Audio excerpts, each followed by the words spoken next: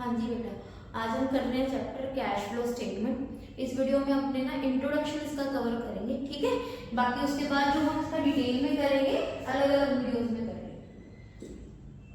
तो cash flow statement इसका हम करने जा रहे हैं बेटा इंट्रोडक्शन। है क्या चीज? जो +1 में बेटा आपने कैश बुक नहीं की थी, कैश बुक में क्या होता था? कैश का इनफ्लो एंड आउटफ्लो। इंक्रीज होता था कैश, इनफ्लो होता था तो डेबिट साइड लिखते थे, डिक्रीज होता था तो क्रेडिट साइड लिखते थे। कंपनी क्या करती है? कैश बुक की यहाँ पे क्या बनाती है? कैश फ्लो स्टेटमेंट के थ्रू फाइंड आउट करती है कि कैश का इनफ्लो हो रहा है या फिर आउटफ्लो। इसको ना बेटा 3 कैटेगरी में डिवाइड करती है। फर्स्ट जो आ रही है इसकी cash flow from operating activity. Second category है इसकी cash flow from investing activity. Third जो कैटेगरी है वो है cash flow from financing activity. 3 activity से क्या होता है बेटा? कैश का इनफ्लो एंड आउटफ्लो। मतलब वन टाइम में सीधा नहीं लिखती कितना कैश इंक्रीज हो रहा है, किस किस रीजन से हो रहा है, कैश डिक्रीज हो रहा है, ऐसा नहीं करती। 3 कैटेगरी के थ्रू लिखती है कि ऑपरेशनल एक्टिविटी से कैश का इनफ्लो एंड आउटफ्लो कितना हुआ, इन्वेस्टिंग से कितना हुआ कैश का इनफ्लो एंड आउटफ्लो, फाइनेंसिंग से कितना हुआ कैश का इनफ्लो एंड आउटफ्लो। ठीक है। इसमें ना ऑपरेटिंग एक्टिविटी के 2 मेथड होते हैं, डायरेक्ट एंड इनडायरेक्ट मेथड। मतलब डायरेक्ट और इनडायरेक्ट मेथड से कैश का इनफ्लो एंड आउटफ्लो देखते हैं। इन्वेस्टिंग में डायरेक्ट ही है, फाइनेंसिंग में भी डायरेक्ट मेथड है। सिर्फ इसके डायरेक्ट और इनडायरेक्ट 2 मेथड है। जो डायरेक्ट आता है बेटा वो आपके शॉर्ट क्वेश्चंस के लिए पूछते हैं। लॉन्ग क्वेश्चन में हमारा इनडायरेक्ट मेथड है, डायरेक्ट मेथड नहीं है। ठीक है। डायरेक्ट मेथड में क्या होता है? डायरेक्ट मेथड में देखते हैं कि कैश इनफ्लो हो गया या आउटफ्लो हो गया, मतलब कैश आ रहा है या फिर कैश बिजनेस से आउट हो गया। ऑपरेशनल एक्टिविटी से, ऑपरेशनल वर्क से क्या होगा? कैश का इनफ्लो एंड आउटफ्लो। बिजनेस के ऑपरेशनल वर्क क्या होते हैं? मेन काम क्या होता है? गुड्स की परचेज एंड सेल करना। ऑब्वियसली गुड्स की सेल करेंगे तो कैश का क्या होगा? इनफ्लो, एंड परचेज करेंगे तो कैश का क्या होगा? आउटफ्लो। मतलब बिजनेस का मेन वर्क जो है उससे, गुड्स अगर मैन्युफैक्चरिंग कंपनी है तो गुड्स सेल करने से बिजनेस में क्या होगा? कैश का इनफ्लो होगा। और बिजनेस का रूटीन का एक्सपेंसेस कौन सा है? गुड्स परचेज, उससे क्या होगा? Cash outflow. और गुड्स परचेज के अलावा और कौन कौन से होते हैं? ऑपरेशनल एक्सपेंसेस से कैश का आउटफ्लो होता है। Office and administration expenses, selling and distribution expenses, जिससे क्या होता है? कैश का आउटफ्लो होता है। और ये कौन से मेथड से है? डायरेक्ट वाले मेथड से, जो शॉर्ट में पूछते हैं। कि शॉर्ट में अगर आपसे ये पूछे कि आपसे कैश का ऑपरेशनल एक्टिविटी से कैश का इनफ्लो क्या होगा? गुड्स सेल करने से। कैश का आउटफ्लो का एक एग्जांपल दो। गुड्स परचेज करेंगे तो कैश का क्या होगा? आउटफ्लो। ठीक है। ये किसके लिए है? मैन्युफैक्चरिंग कंपनी के लिए।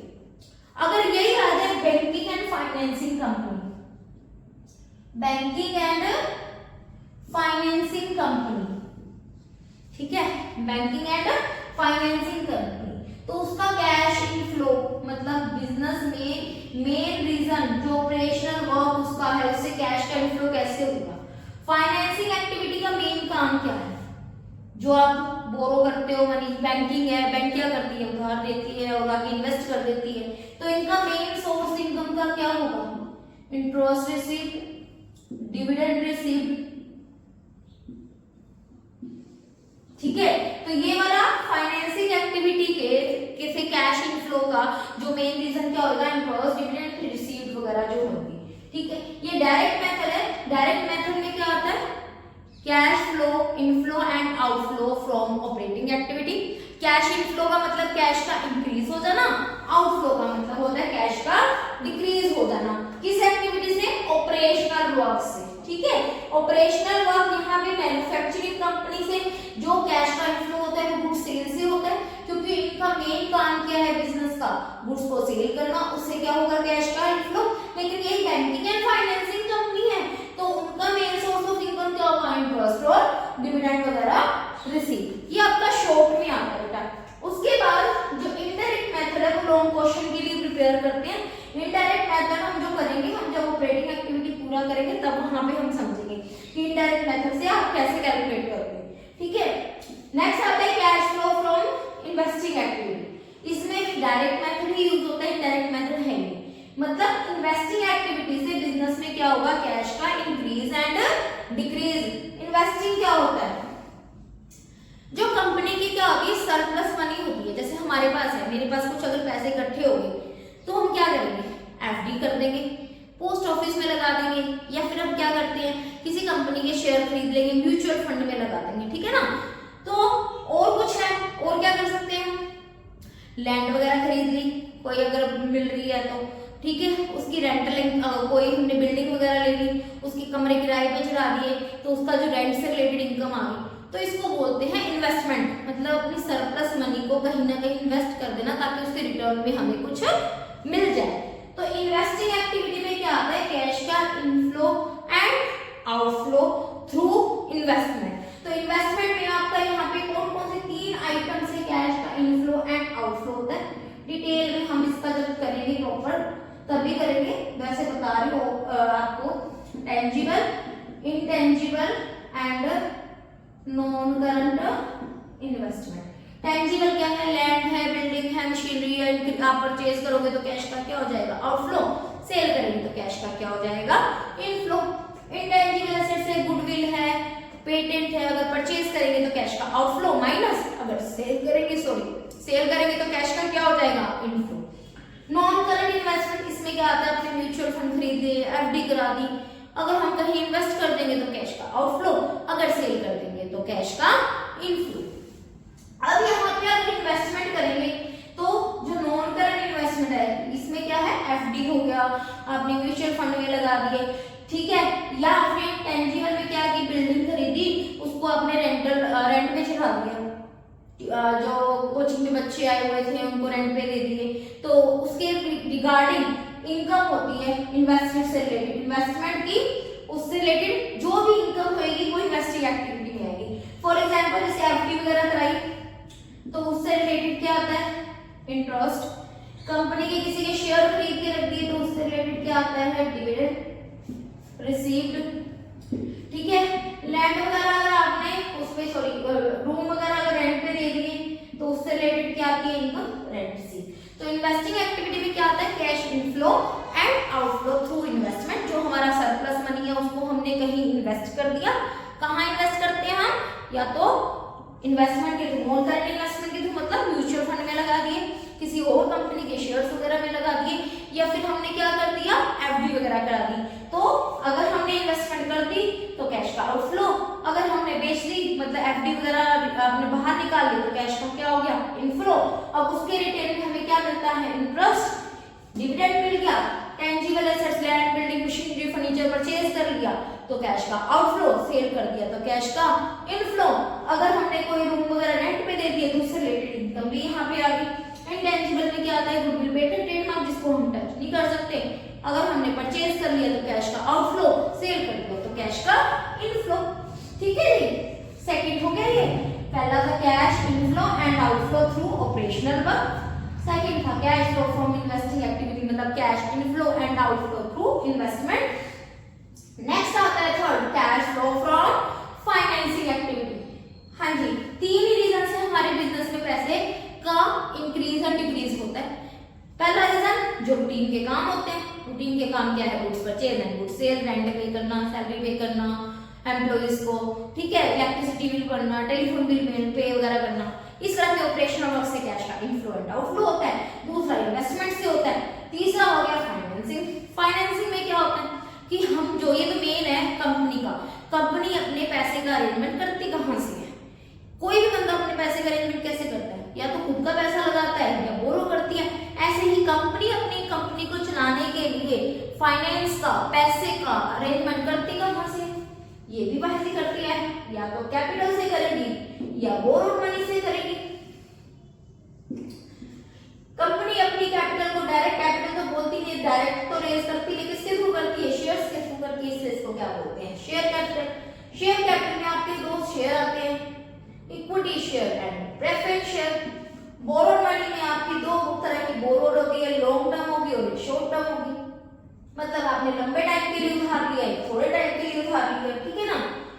अगर आपकी कैपिटल इन्वेस्टमेंट क्या होती है, इन्वेस्टमेंट तो होती है लोगों की, लेकिन जिसने भी इन्वेस्ट किया है तो बिजनेस में अगर कैपिटल रेज हो गई तो कैश का क्या हो गया, इनफ्लो।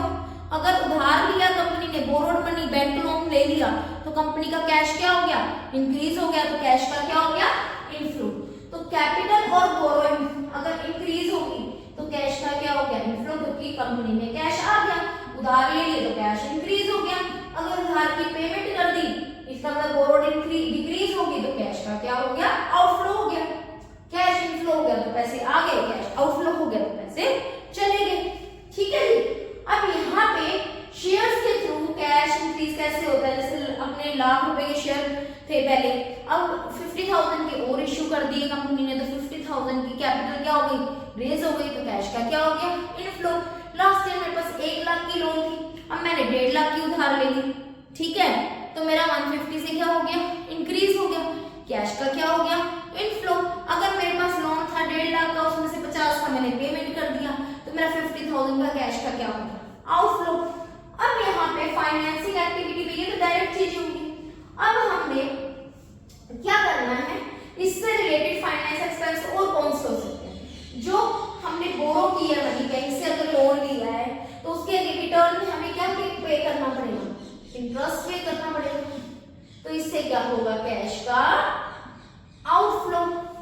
शेयर्स के थ्रू अगर हमने पैसे रेज किए हैं तो जिन्होंने हमारे कंपनी के शेयर खरीदे हैं उसके रिटर्न में हमें क्या देना पड़ेगा, डिविडेंड, तो इससे भी क्या होगा, कैश का आउटफ्लो। तो अल्टीमेटली कैश फ्लो स्टेटमेंट में क्या देखना है, किस रीजन से कंपनी में कैश इंक्रीज हुआ और किस रीजन से डिक्रीज हुआ। पिछले साल हम अलग अलग कैटेगरी में उसको लिखते थे, गुड्स सेल किया कैश इंक्रीज, रेंट रिसीव हुआ कैश इंक्रीज, गुड्स परचेज किया कैश का डिक्रीज, क्रेडिट साइड लिख देते थे, रेंट पे कर दिया, क्रेडिट साइड इंटरेस्ट पे कर दिया, क्रेडिट साइड, मतलब उसको अलग अलग कैटेगरी में डिवाइड नहीं किया हुआ था, बस कैश फ्लो स्टेटमेंट में है वही कैश का इनफ्लो एंड आउटफ्लो, पर अलग अलग कैटेगरी में दे दिया, क्योंकि कंपनी 3 तरह से ही कैश का, कोई भी पर्सन उसका 3 तरीके से कैश का इनफ्लो एंड आउटफ्लो होता है। एक तो रूटीन के काम से, जिसको बोलते हैं ऑपरेशन, सबसे पहले कंपनी स्टार्ट करेगी, उसके लिए उसको फंड की जरूरत पड़ेगी, या तो खुद का पैसा लगाएगा या बोरो करेगा, उससे भी कैश का क्या होता है, इंक्रीज एंड डिक्रीज, वो आ गया cash flow from financing activity. उसके बाद कमाएगा, कमाई अगर ज्यादा होगी तो उसको इन्वेस्ट करेगा, तो उससे भी क्या होगा, कैश का इनफ्लो एंड आउटफ्लो। तो 3 कैटेगरी में डिवाइड करके मतलब कैश फ्लो स्टेटमेंट बनाएंगे। उसमें फर्स्ट ऑपरेटिंग एक्टिविटी से देखेंगे कैश का कितना इनफ्लो एंड आउटफ्लो हुआ, इन्वेस्टिंग से देखेंगे, देन फाइनेंसिंग से देखेंगे। तीनों बनने के बाद आपकी प्रॉपर कैश फ्लो स्टेटमेंट बनेगी। बट ये डायरेक्ट मेथड से जो है वो सिर्फ शॉर्ट क्वेश्चन बनाएंगे, लेकिन जब कैश फ्लो स्टेटमेंट बनाएंगे उसमें हम ऑपरेटिंग का ये डायरेक्ट मेथड यूज ना करके इनडायरेक्ट मेथड यूज करेंगे, क्योंकि सीबीएसई के सिलेबस में बेटा यही है, ठीक है। अब इसको डिस्कस में हम जो डिटेल में है ऑपरेशन की अलग अलग लेक्चर में इसको प्रॉपर क्लियर करेंगे, ठीक है। ऑडियो जंगल।